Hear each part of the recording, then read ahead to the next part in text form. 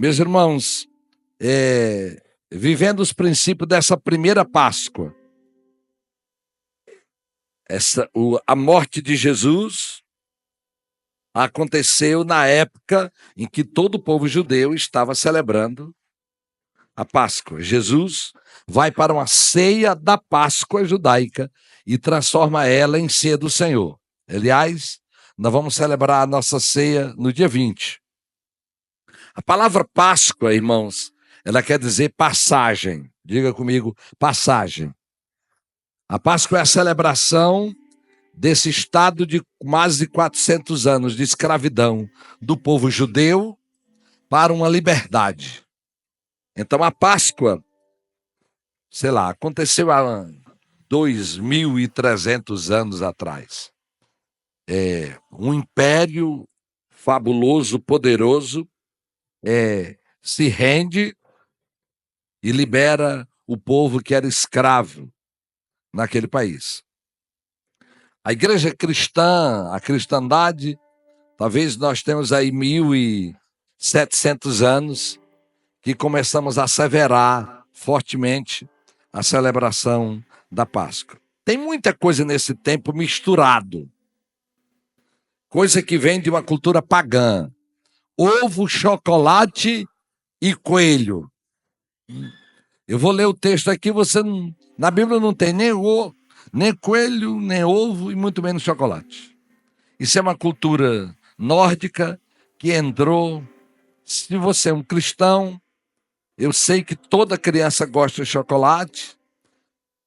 Compre uma barra, faça alguma coisa. Mas tente diminuir essa cultura, que é uma cultura de mentira.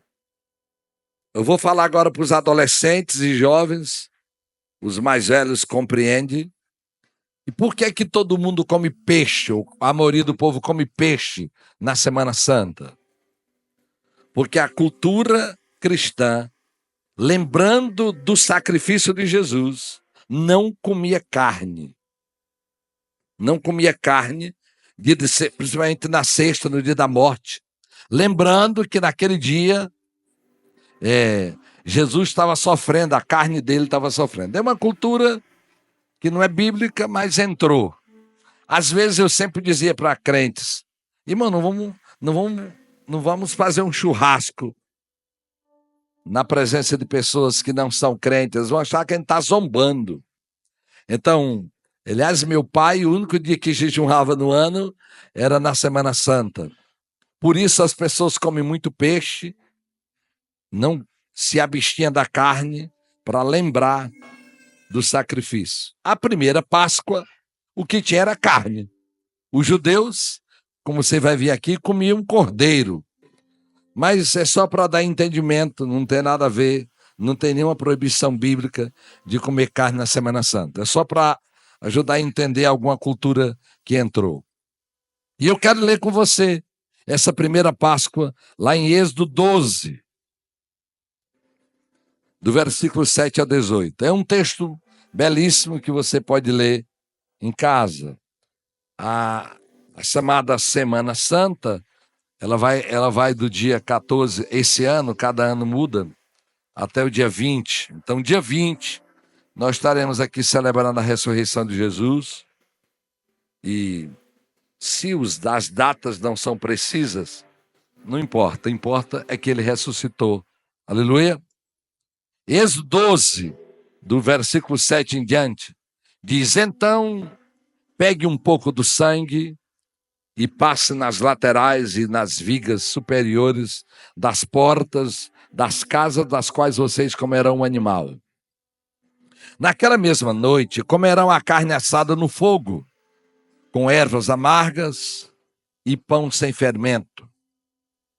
Não coma a carne crua, nem cozida em água, mas assada no fogo, cabeça, pernas e vísceras. Não deixe sobrar nada até pela manhã. Caso isso aconteça, queime o que restar. Vocês o comerão da seguinte forma: cinto no lugar, sandália nos pés e cajado na mão. Coma apressadamente, esta é a Páscoa do Senhor.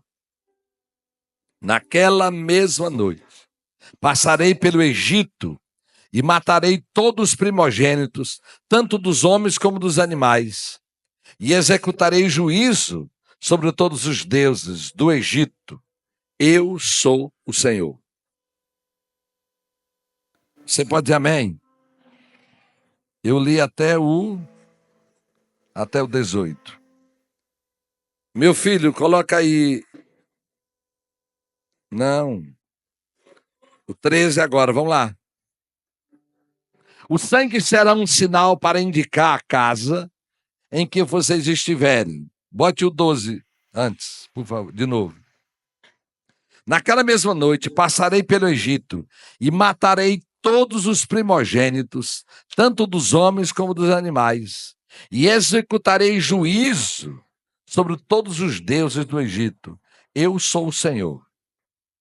O sangue será um sinal para indicar as casas em que vocês estiverem. Quando eu vi o sangue, passarei adiante. A praga da destruição não os atingirá quando eu ferir o Egito. Esse dia será um memorial que vocês e todas as suas gerações celebrarão como festa ao Senhor. Celebrem-no como estatuto perpétuo. Durante 7 dias comerão pão sem fermento. Do primeiro dia tirem de casa o fermento, porque quem comer qualquer coisa fermentada do primeiro ao 7º dia será eliminado de Israel. No primeiro dia, convoque uma reunião sagrada. No 7º, outra. Não faça nenhum trabalho nesses dias, exceto o da preparação da comida para todos. É só o que poderão fazer. Celebre a festa dos pães sem fermento, porque foi nesse mesmo dia que eu os tirei as tropas, volta lá. Foi nesse mesmo dia que eu tirei as tropas de vocês do Egito. Celebre esse dia como estatuto perpétuo por todas as suas gerações. No primeiro mês, comam pão sem fermento, desde o entardecer do 14º dia até o entardecer do 21º dia. Você pode dizer amém? Irmãos, é descrevendo como o povo judeu ia realizar essa Páscoa. E tem alguns princípios aqui, que é o que eu coloquei nessa palavra. Vivendo os princípios da primeira Páscoa.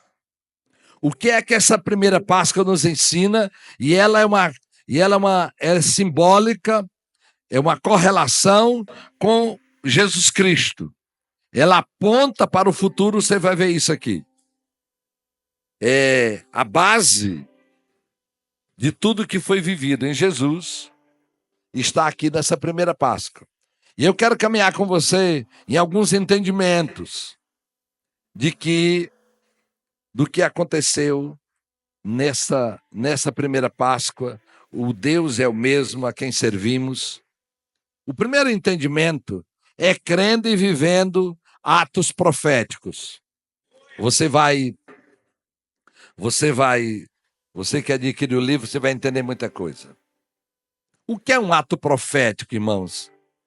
Ela é uma ação no mundo físico, material, orientado por Deus, sob a direção dele, que pode alterar uma realidade no mundo espiritual e no mundo físico. O ato profético não é um ritual, ele não é não tem uma doutrina, faça sempre isso. O ato profético é uma direção de Deus quando ele acontece. Por que é profético? Porque ele aponta para o futuro. Então, nesse texto, tem um ato profético fortíssimo. Ato profético é uma declaração de fé. Diga comigo, uma declaração de fé pela obediência. É na obediência que aquilo que Deus mandou fazer, e eu vou fazer, vai chegar. A Bíblia é cheia de atos proféticos. Mas esse aqui da primeira Páscoa, ele é extraordinário. Diz o texto que ele diz: vocês vão comer um cordeiro, o cordeiro da Páscoa, mas o sangue que vocês vão colher dele, coloque nos umbrais da porta, nos portais, nos umbrais da porta. E naquela noite, o anjo da morte passará por todo o Egito, matando os primogênitos das famílias e dos animais. Mas a casa onde tiver sangue, eu não entrarei. Irmãos, de noite, sem nenhuma luz, como é que anjo ia ver? Sangue já é escuro. Se você começar a pensar na lógica, era se fosse pintar de cal, sei lá ainda. E eu imagino, irmãos, aqueles judeus pintando. Eu imagino alguém lá dizendo: sabe se vai dar certo esse negócio? Esse anjo tem visão biônica? Igreja, a Bíblia diz que sem fé é impossível agradar a Deus, lá em Hebreus 11:6.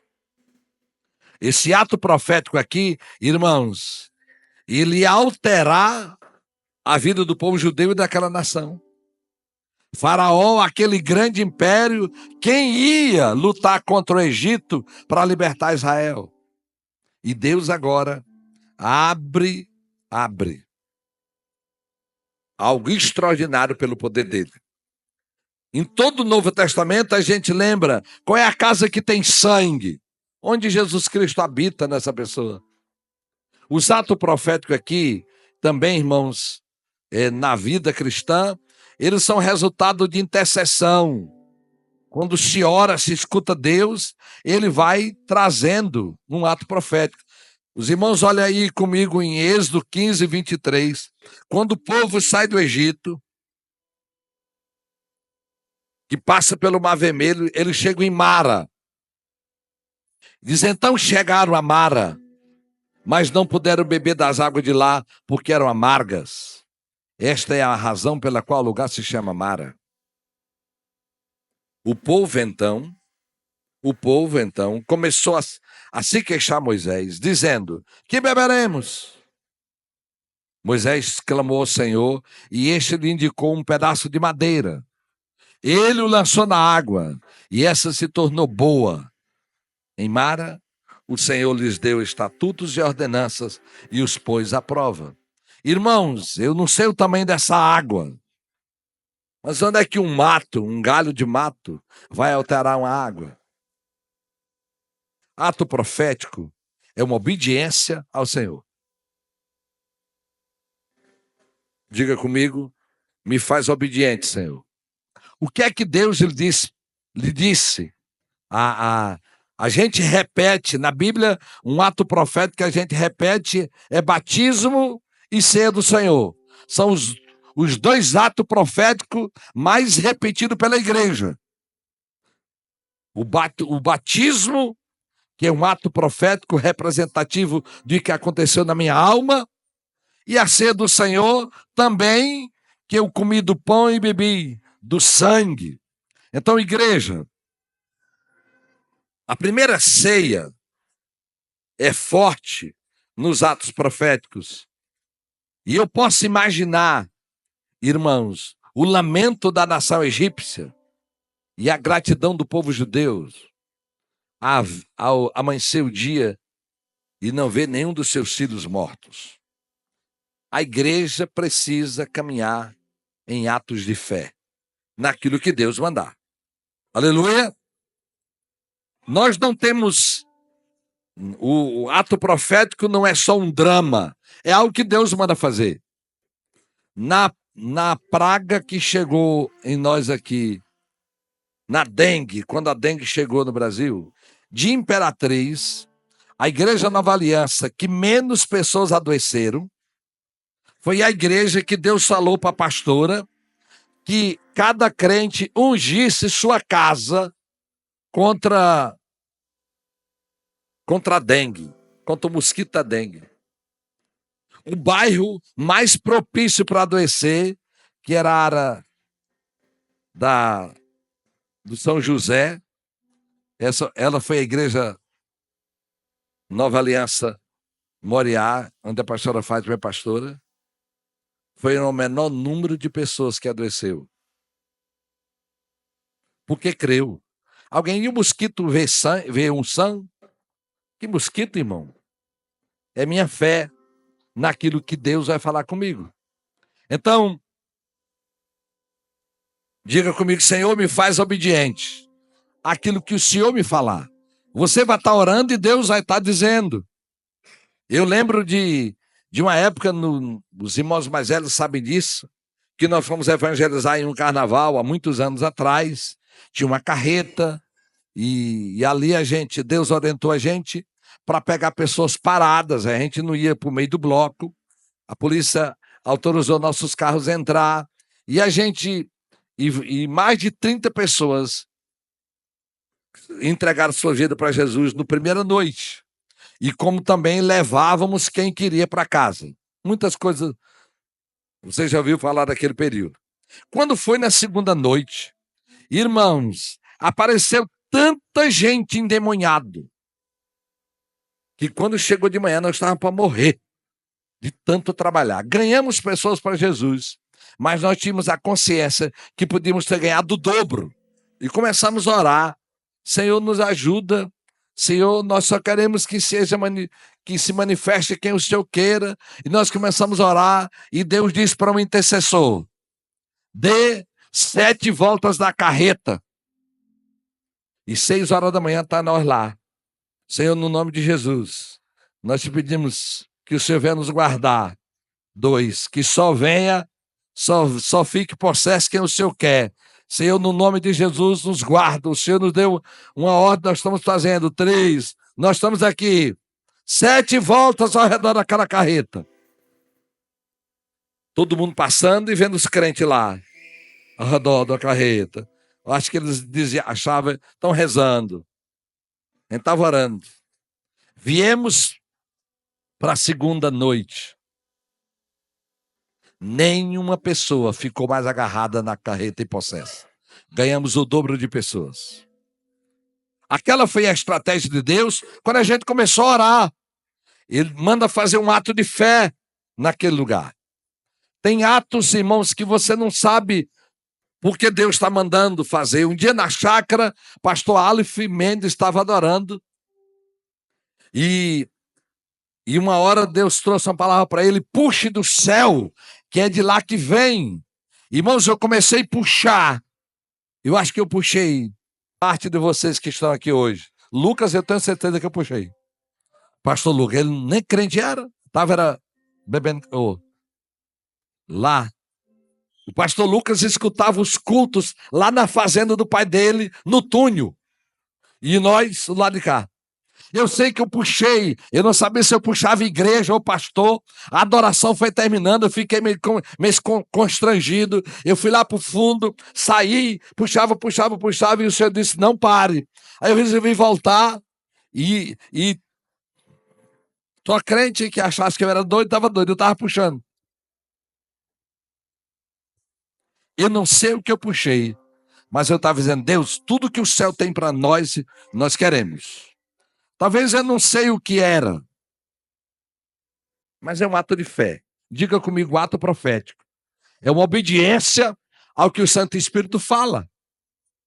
Aqui, no ano passado, mês de abril, se não me engano, antes disso, eu contei uma história verídica que o pastor Wendel de Timon contou, que num culto dele, na hora que ele convidou as pessoas para entregar a vida para Jesus, era uma igreja pequena, no interior do Piauí, vem uma senhora.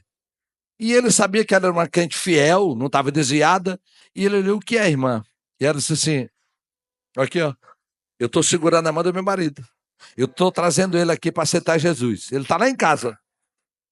Mas eu quero que você ore que ele está aceitando Jesus agora. Alguns vão lembrar que eu contei essa história aqui.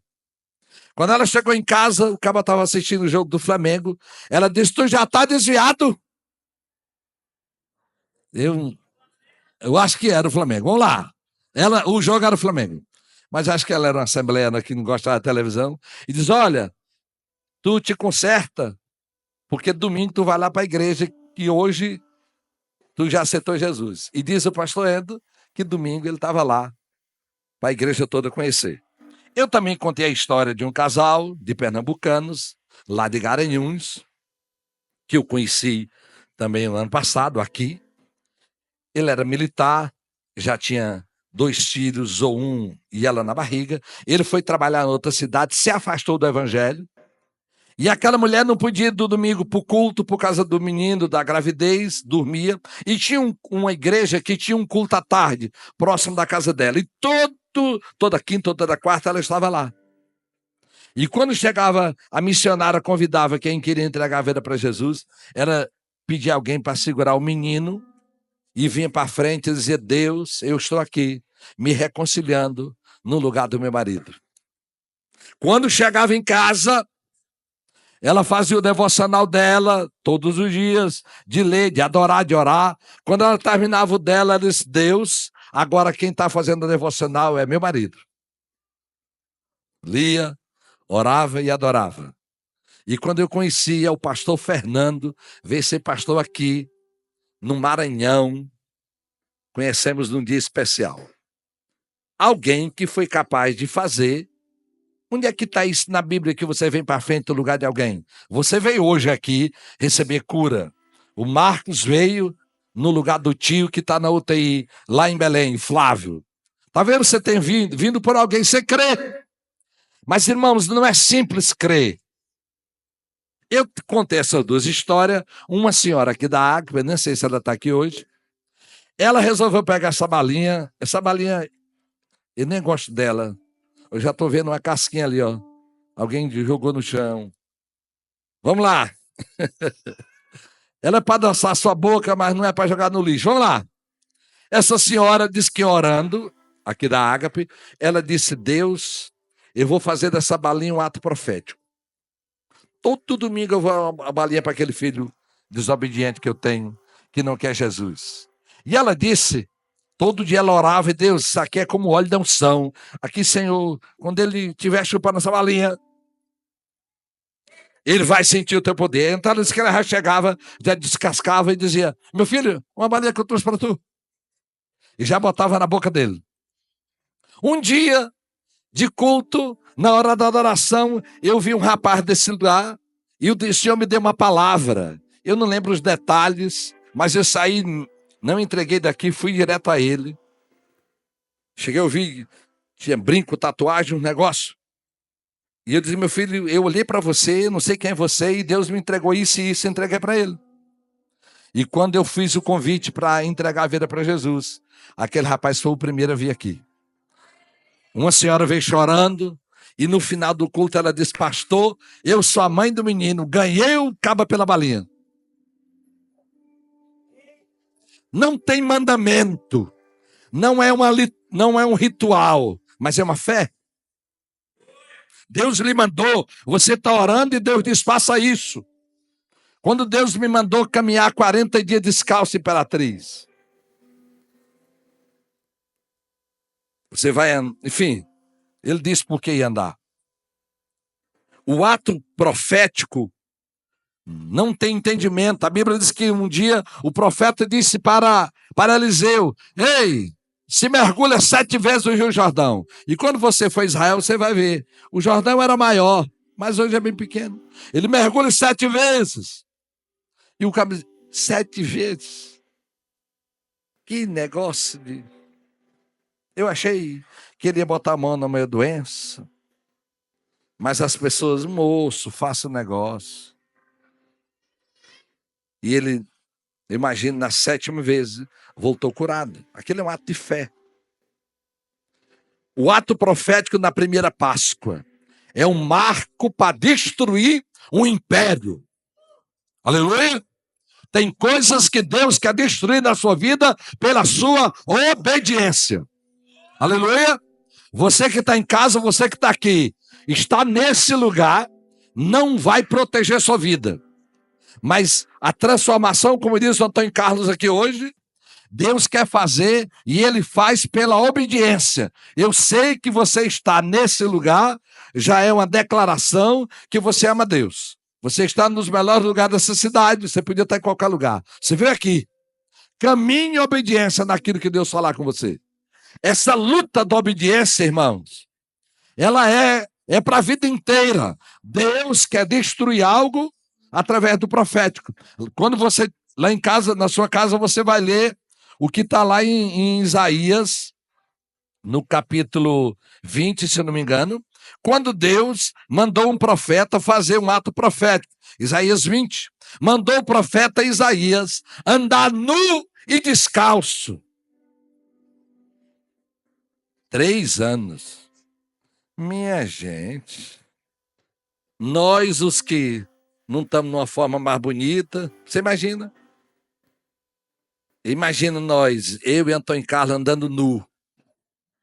Meu Deus.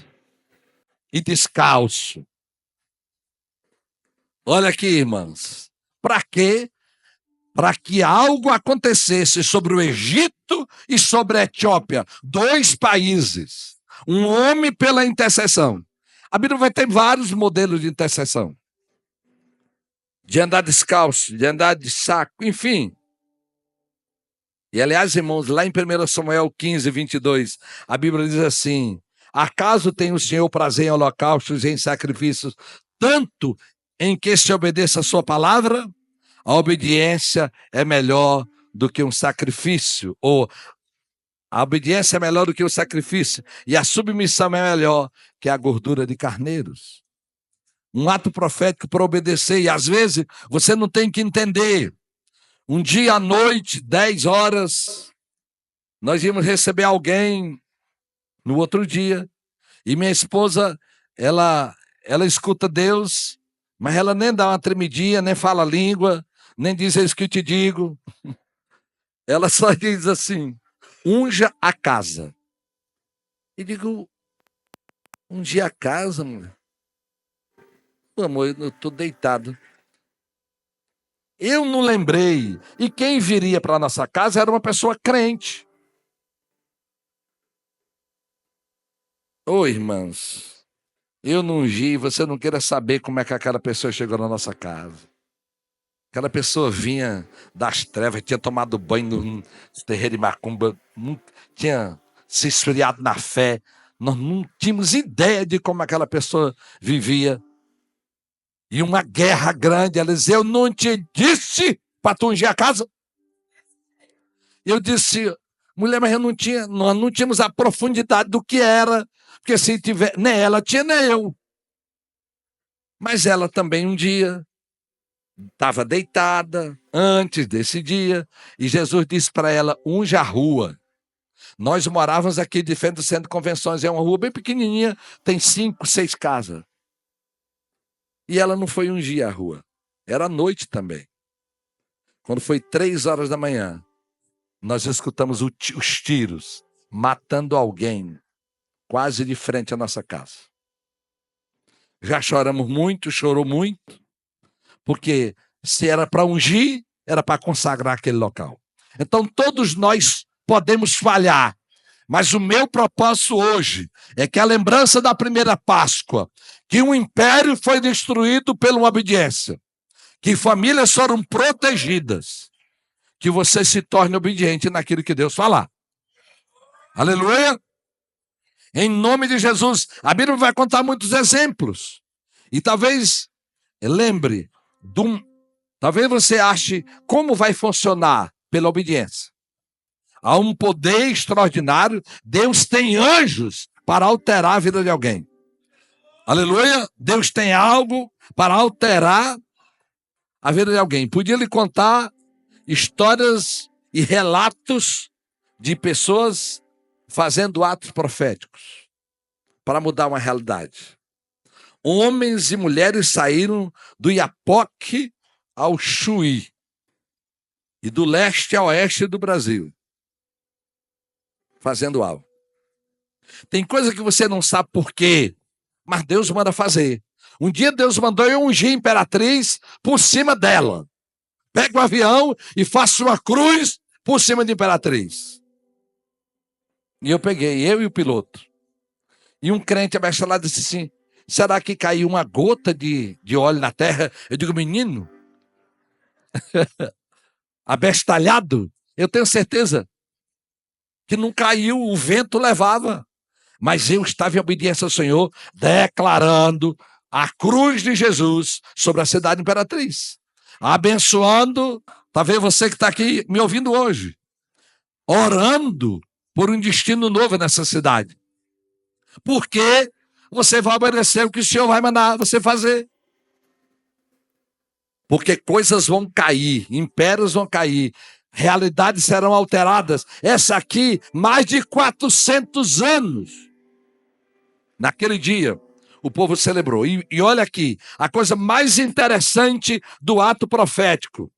Aqui tem uma diferença grande entre promessa e ato profético.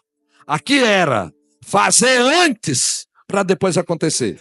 Aqui não acontece para depois você relatar, não. Eles estavam celebrando o que ainda iria acontecer. Diga amém. Isso é fé. No nome de Jesus, tome decisões, talvez decisões simples, no dia a dia, mas tome. Tome algumas decisões e vá crescendo nessa fé, crendo e vivendo atos proféticos, crendo e vivendo que Deus age na terra em acordo, em consonância, em combinação com a gente. É a nós que Ele tem para usarmos para alterar uma realidade no mundo físico e no mundo espiritual. Aleluia! Não é um ritual, mas pergunte a Ele. Pergunte a Ele. Tem uma região daqui de Imperatriz, de uma cidade, ao redor de Imperatriz, de uma cidade para um lugar que todo mês de dezembro e janeiro, e outros meses também, mas dezembro e janeiro, acontece muitos acidentes. E hoje, depois do almoço, eu encontrei alguém, eu digo: minha filha, começa a orar, começa a pedir perdão à liderança do lugar, pelos pecados e iniquidades. E pergunta a Jesus, o que é que eu vou fazer como marco daquilo? Que ato de fé eu vou fazer? Pergunte a Jesus, porque Ele vai lhe conduzir nisso. Diga comigo: crendo e vivendo atos proféticos. Naquilo que Deus lhe disse. Eu já lhe contei aqui várias vezes de atos proféticos individuais, de coisa que Deus coloca na mente. Uma mulher que é pastora da igreja hoje, quando ela era muito pobre, plantava cheiro verde. O marido foi embora e deixou ela com 2 filhos. E um dia, Deus orienta ela: compre uma malinha branca, compre uma roupa branca, um sapato branco, e vista esse menino. E passa o dia inteiro chamando ele de Doutor Marcos. E, enfim, hoje ele é um médico nessa cidade. Aleluia! Não é você que move Deus, mas é sua obediência que Deus, através dela, vai mover uma realidade. Ato em que você, pela sua vontade própria, decide fazer. Ele vai ter algum efeito? Pode. Mas nós estamos falando daquilo que Deus manda você fazer. Você pode dizer amém? Aqui, na primeira Páscoa, tem outras coisas, irmãos. Tinha ervas amargas, que eles comiam para lembrar o tempo de sofrimento. Tinha um pão sem fermento para lembrar que eles iam correr, não ia dar tempo aumentar, mas também de pureza. Tinha um cordeiro para comer, sem quebrar os ossos, assado, não era cozido. A cultura, na época de Jesus, já tinha vinho para simbolizar a alegria. E Jesus pega 2 elementos da ceia judaica e traz para a ceia nossa. Pega o pão e pega o vinho. Na primeira celebração, não devia ter vinho. mas posteriormente começou a chegar. Segunda coisa que eu quero que a gente creia nessa Páscoa é crendo e vivendo no poder do sangue. Aleluia! Talvez essa foi a coisa extraordinária da igreja, dos judeus, de acreditar no poder do sangue. Irmãos, e aquele sangue do Cordeiro, ele é uma representação de Jesus. No dia que o profeta João anunciou Jesus, lá em João 1:29, quando Jesus apareceu no Jordão para ser batizado, olha o que João Batista diz a respeito de Jesus. Vamos ler todos comigo? No dia seguinte, João viu Jesus aproximando-se e disse: Vejam, é o Cordeiro de Deus que tira o pecado do mundo. Deixa aí um pouquinho. Esse Cordeiro de Deus, no original, é Cordeiro Pascal. Esse Cordeiro que o povo judeu comeu e comia para celebrar a libertação do cativeiro egípcio. Eis o Cordeiro de Deus que tira o pecado do mundo. Esse ato de Jesus morrer há mais de 2000 anos atrás, e até hoje ele avalia, até hoje ele é a verdade que nos conduz a respeito de perdão de pecado. Eis o Cordeiro de Deus que tira o pecado. Diga comigo, que tira meu pecado. Diga, que tira meu pecado. Que torna esse pecado agora inoperante para a minha eternidade, para a minha vida. Esse mesmo sangue, lá de 1 João 1:7. Acha aí, meu filho. 1 João 1:7. Se, porém, andarmos na luz, como ele está na luz, temos comunhão uns com os outros. E o sangue de Jesus, o seu Filho, nos purifica de todo pecado. Aleluia! A moeda no mundo espiritual. Irmãos, a igreja caminha com o nome de Jesus e com o sangue de Jesus. O nome de Jesus nos dá direito a ser perdoado. O sangue de Jesus nos faz vencer. Apocalipse diz: eles venceram pelo sangue do Cordeiro. Aleluia! O sangue, irmãos, é a moeda que a igreja caminha. Ok? Crendo e vivendo no poder do sangue. É o poder do sangue que nós vamos celebrar e que celebramos na ceia do Senhor. Esse sangue que renova o perdão de Deus sobre os nossos pecados. Esse sangue que reafirma quem Deus é para a nossa vida. A primeira Páscoa, irmãos, é o afirmar de Deus, do poder do sangue. E aí, isso foi tão forte, irmãos, que Deus proibiu o povo de comer sangue, para lembrar que o sangue era dele. Quando chega no Novo Testamento, a gente só é proibido de comer sangue sufocado, de comer como galinha de cabidela ou qualquer outra coisa que seja sufocada, e nos livrar da imoralidade. Mas no Velho Testamento, como a ciência não existia, Deus colocava o sangue, não comeu sangue, como lembrança daquilo que Deus era. O poder do sangue, nessa primeira Páscoa, ele representa o poder de Cristo na nossa vida. O sangue que estava na porta das casas. Quer dizer, aqui habita alguém que crê. Esse sangue é uma proteção. Aliás, irmãos, caminhando com algumas pessoas que vieram do ocultismo, que iam em cemitérios comer vísceras para fazer pacto com as trevas. Ela foi minha ovelha, uma dessas pessoas, e ela disse: pastor, você sabe uma coisa? Quando a gente compra o coveiro lá e vai cavar para comer as vísceras. Quando o corpo é de um crente, o demônio disse: esse aí não, mude, arranje outro. Nem a carne morta de um crente serve para as trevas. Onde tem o sangue do Cordeiro, tem uma proteção do mundo espiritual. Quantas pessoas eu vi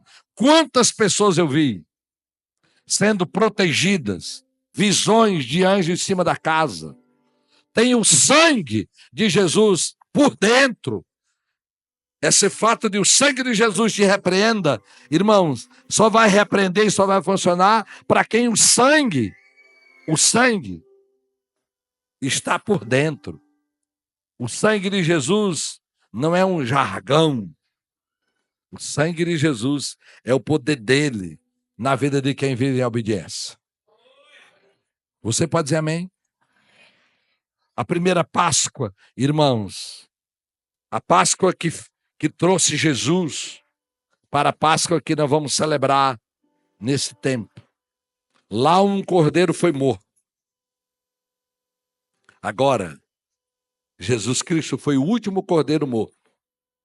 Não tem mais sacrifício, porque ele morreu em nosso lugar, para que nós tivéssemos vida. E como é que eu faço para ter essa vida dele na minha vida? Lá foi obediência, aqui de novo é obediência. Senhor, eu creio nesse sacrifício para minha vida, e eu quero viver uma realidade nova. Se coloque em pé, por gentileza.